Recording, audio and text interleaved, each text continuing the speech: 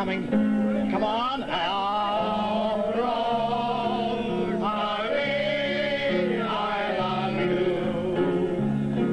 I'm always dreaming of you. Long before we had all this modern paraphernalia of CDs and karaoke and pubs and things like that, the pianola was supreme. Everybody sang along.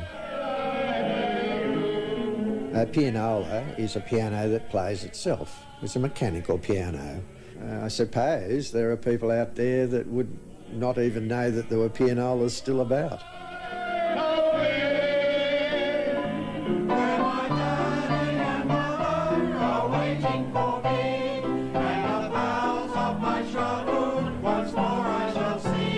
But this is a group of people here that are struggling very valiantly to keep the pianola sing-along going. It's very encouraging to me that there are groups like this, because it's wonderful to have people sharing your dream.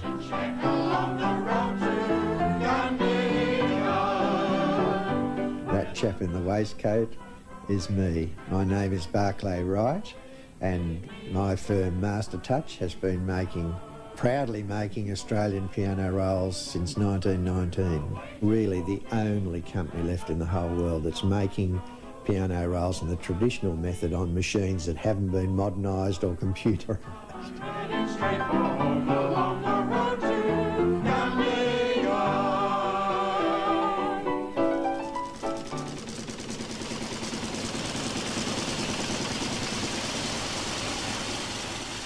This building and all its contents are a complete anachronism in modern business. Most people are astounded, of course, that we'd still be here. The machinery itself is an archaeological museum piece. Everything is sort of tactile. You can touch it. They make wonderful noises, and I really love machinery, so I'm a frustrated mechanic, I think. And these are beautiful machines.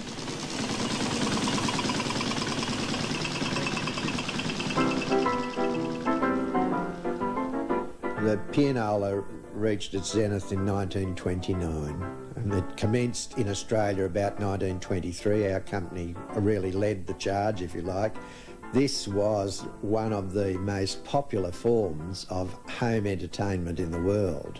I think that the player piano fulfills a very urgent need in people who are frustrated concert pianists. They may have learnt when they were young and been whacked over the fingers, or they didn't practice and went out to play cricket instead, but now they can magically go in, put the paper roll in, and with the little levers and the pedals they can create an artistic performance.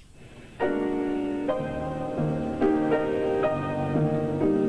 the front showroom is the factory, and there in a glass-panelled room rather grandiosely called the studio, Miss Letty Keys has been sitting down every Monday and Friday since 1920 to record the latest tunes for Mastertouch.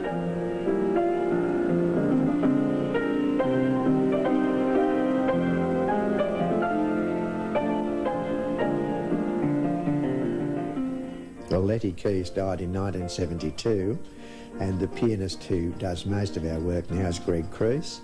He's the musical director of Beauty and the Beast.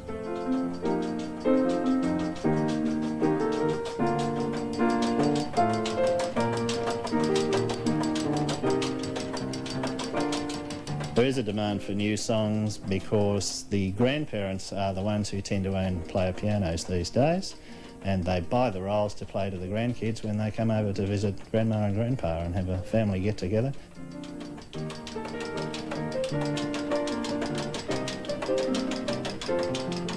Barclay's virtually single-handedly since the 1960s kept the piano roll industry alive in Australia, and for that we should all be eternally grateful. Anyone anywhere remotely involved in the industry has to thank him for doing that.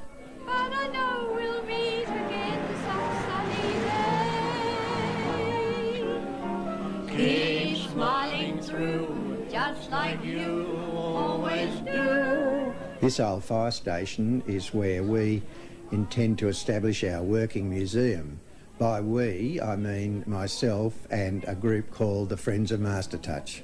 Well, this room, this will be the assembly room for the boxes, and we're going to reintroduce a front door. If you look, Mastertouch only exists today because of the perseverance of Barclay Wright. There have been many times that the people who run businesses and similar business would have thrown their arms in the air, closed the doors, sent it to the tip, but it's because he knows that doing that would be the end of it, that he's kept going, and he's made every effort and many sacrifices to keep it here.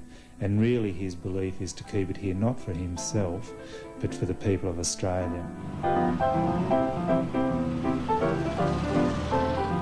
Mastertouch did nearly go to the wall.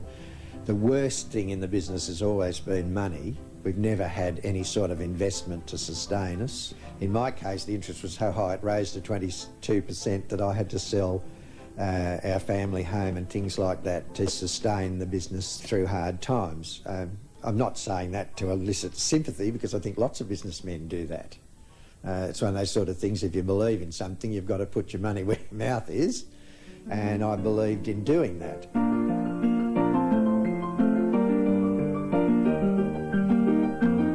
In all the hard times, I think that it's my obsession to keep it going. I don't think I would willingly ever let the business close.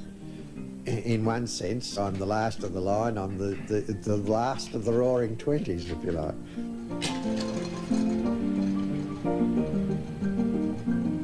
The most important part of my dream is that it stays as a working museum, and it must not be locked away in a glass case as an exhibit piece.